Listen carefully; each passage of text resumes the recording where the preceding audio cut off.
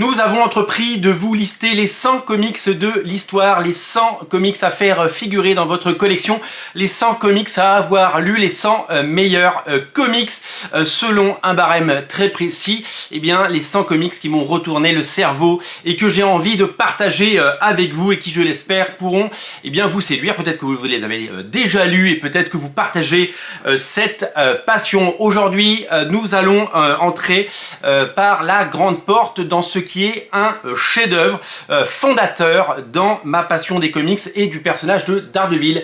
Il s'agit du récit de Frank Miller et John Romita Jr., Daredevil, l'homme sans peur. Alors il existe une multitude de collections qui rééditent ce classique et ce chef-d'œuvre. Nous allons en parler, mais d'abord nous allons présenter ce bouquin sorti chez Semic en top BD dans les années 90. Deux top BD, ça coûtait 2 fois 30 francs, le numéro 35 et le numéro 36. Une mini-série en 5 parties, scénarisée par Frank Miller. Frank Miller, c'est le scénariste évidemment de Batman Dark Knight, de Batman Année 1, Batman Year One, et bien sûr de Daredevil pendant les années 80. C'est lui qui a métamorphosé littéralement le personnage. Daredevil, pendant très longtemps, c'était un héros qui était parmi tant d'autres. Il se baladait dans les rues de New York et il combattait le crime ou des super méchants qui venaient casser des jambes et qui venaient voler, dérober de l'argenterie, des bijoux et des billets de banque. Sa particularité, c'est qu'il avait un background un peu différent. Il était non-voyant, il était aveugle suite à un accident, il avait perdu la vue, il avait sauvé quelqu'un, il était ce jour-là devenu le héros qu'il est, et il a développé tous ses sens, et il a ensuite poursuivi des études. Il a vengé son père, puisque son père était un boxeur, et son père a un petit peu fricoté avec la pègre et en a payé le prix de sa vie, et il va devenir avocat. Et donc il y a ce mojo qui arrivera bien plus tard, c'est que la justice est aveugle lui aussi, et donc la journée en tant qu'avocat, il va essayer de rendre la justice avec sa cape d'avocat, donc sous les traits de Matt Murdock, et la nuit, il enfile son costume de Daredevil. Il va vivre des aventures absolument incroyables, rencontrer des personnages fous, avoir des romances fabuleuses. Il y a eu énormément de récits fondateurs, énormément de récits cultes autour de Daredevil, avec des auteurs de génie comme Frank Miller évidemment, qui est le grand architecte, et bien sûr Brian Michael Bendis, des gens comme Ed Brubaker, Mark Waid, etc. etc. Ce personnage a été très gâté au fil des ans, et il est toujours aussi génial de le voir évoluer et de voir des auteurs de talent travailler sur ce personnage. Mais pendant très longtemps, c'était un personnage un peu binaire et un peu lambda dans le paysage de Marvel. Puis Frank Miller arrive dans les années 80 et réinvente le personnage petit à petit, et va le transformer en une sorte de Bruce Wayne, de Batman, de personnage qui aurait plus de cicatrices dans le dos que prévu, qui aurait un long passif, un personnage beaucoup plus sombre, beaucoup plus noir, beaucoup plus adulte. Et c'est à ce moment-là, au milieu des années 80, qu'il y a une sorte de bascule sur certains personnages, notamment Batman. Plus de profondeur, un côté plus adulte, un côté plus sombre, et un côté beaucoup plus grand sur ce personnage.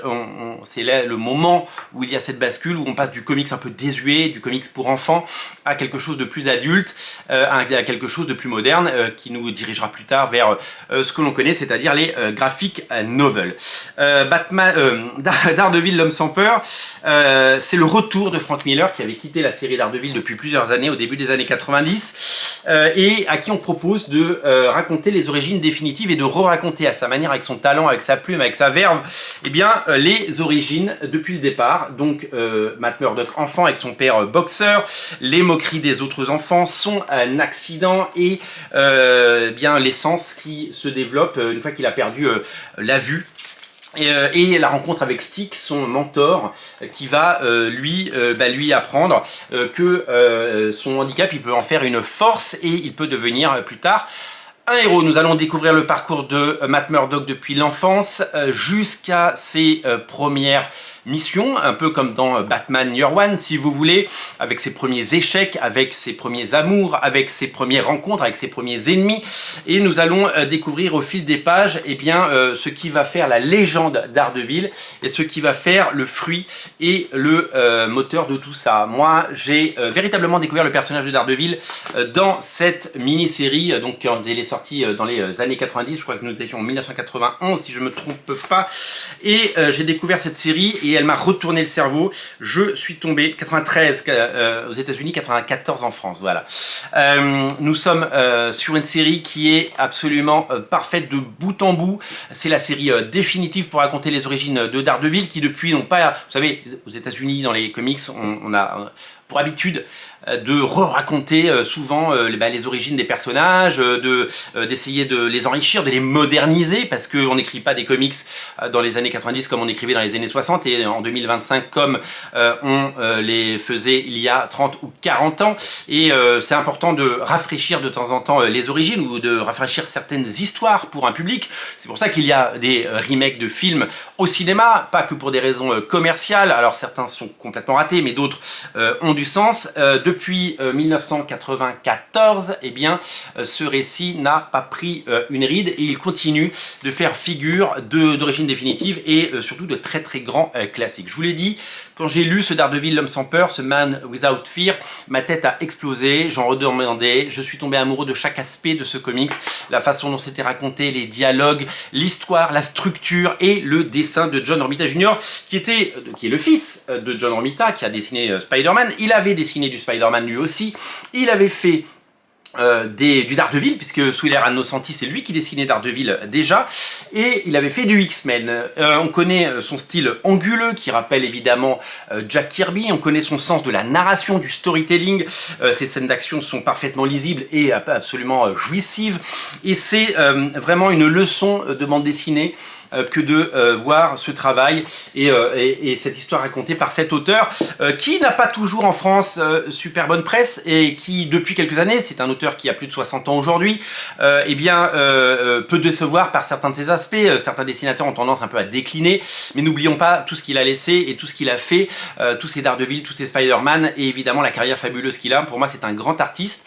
Sur Spider-Man avec Straczynski, il a fait des étincelles il y a une vingtaine d'années et pour moi c'est une des très grandes légendes et ce récit m'a permis d'apprécier pour toujours et de tomber amoureux de ce dessin absolument flamboyant. Je me souviens de l'émotion que j'ai eue à découvrir les premiers amours et les premiers émois de Matt Murdock, de sa rencontre avec son meilleur ami Foggy, la rencontre avec Elektra et puis ses premiers affrontements avec celui qui va devenir son ennemi, le Kingpin, le Caïd, Wilson Fisk. C'est véritablement, il y a tous les ingrédients pour faire une bonne bande dessinée. Je rajoute à cela l'ancrage fabuleux et incroyable du légendaire Al Williamson sur les dessins de John Romita Jr. Qui donne encore plus de profondeur et de caractère à son trait. C'est une mise en scène exceptionnelle, c'est quasiment un storyboard de film et c'est absolument génial. Une série qui d'ailleurs a inspiré a largement inspiré la série Netflix, les 3 saisons, notamment à travers ce survêt noir qui deviendra son premier costume, puisque au départ il n'a pas de masque, mais très très vite il va en avoir un.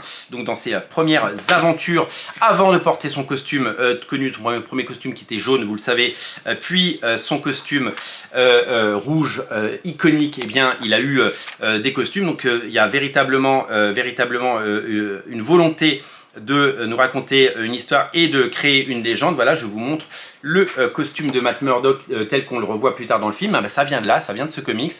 Et à ce titre, c'est totalement fondateur. Et il n'aura son costume évidemment qu'à la fin de ce récit. Daredevil, l'homme sans peur, donc est sorti chez Semic. C'est un bouquin qui a été édité un nombre incalculable de fois. Ça fait partie des très grands classiques. Actuellement, vous pouvez le retrouver évidemment dans la collection Must Have. C'est une collection qui est toujours disponible. Donc vous avez l'intégralité de cette mini-série dans une version hardcover pour moins de 20 €. €, ce qui est plutôt pas mal.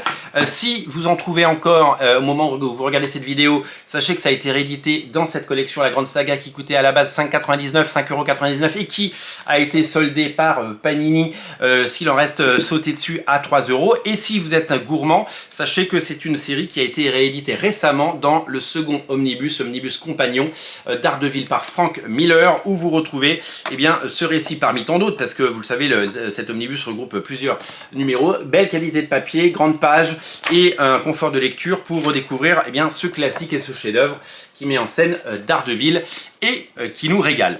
Daredevil l'homme sans peur, c'est clairement le bouquin que je pourrais citer et que je pourrais mettre entre toutes les mains d'un lecteur qui veut découvrir Daredevil. Et c'est un bouquin qui est absolument génial. Ça m'a procuré des émotions de lecture fabuleuses. Et plus de 30 ans après, je continue de chérir ce bouquin qui a vraiment marqué ma vie de passionné de comics et qui a animé très largement ma passion. Les origines de Daredevil, elles ont été contées plusieurs fois. J'ai fait une vidéo dans ce cadre sur Daredevil jaune, Daredevil yellow, qui revient par moments sur ses origines sans jamais les annuler ou les retconner. C'est plutôt quelque chose qui nous permet de découvrir, d'enrichir les origines, puisque ça part de la même source. De toute façon, les origines de Daredevil, on les connaît. Après, c'est juste la façon de raconter l'histoire qui diffère selon un auteur ou un autre. Voilà, donc pour moi, c'est quelque chose d'absolument fondateur. Peu importe l'édition, peu importe le flacon, pourvu qu'on ait l'ivresse, comme on dit. Vraiment, c'est un bouquin que je vous recommande au plus haut point. C'est un bouquin qui est absolument magnifique et incroyable, fondateur et légendaire. C'est tout simplement un des plus grands chefs-d'œuvre de Daredevil. Daredevil a été gâté, il y aura plusieurs émissions sur Daredevil, il y en a déjà eu pour les 100 comics de l'histoire, les 100 comics qui ont marqué l'histoire, les 100 meilleurs comics de possible. Celui-là en fait partie, et si ce n'est pas déjà fait, je vous invite à plonger là-dedans parce que ça mérite très largement d'être redécouvert. Je vous remercie pour d'avoir regardé cette émission, et régalez-vous et craquez pour Daredevil. En tout cas, il n'attend plus que vous. Salut!